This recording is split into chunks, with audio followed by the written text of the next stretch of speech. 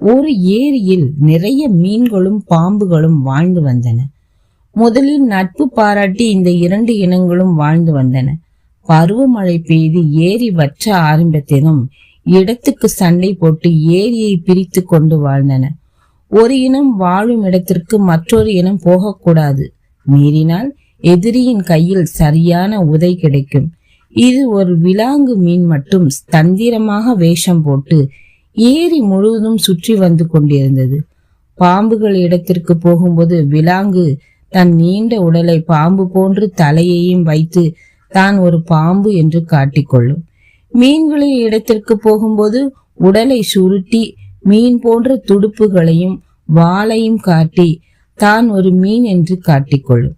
இப்படி ஏமாற்றியே பொழுதை ஓட்டிக்கொண்டு இரண்டு இடங்களிலும் உணவு பெற்று ஏரி முழுவதும் சுற்றி திரிந்து வந்த விலாங்கு வெயில் காலம் அதிகமானதும் ஏரி மேலும் வற்றியது.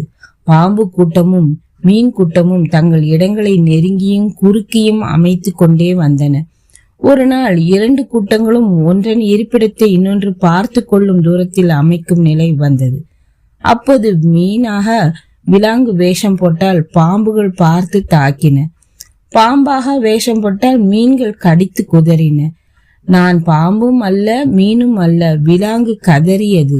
நம்புவாரில்லை. விலாங்கு முதலிலேயே உண்மையை சொல்லி இருக்கலாமோ என நினைத்து கொண்டு செத்தே போனது. பொய்யும் ஏமாற்றும் ஒரு நாளும் நம்மை வாழ வைக்காது.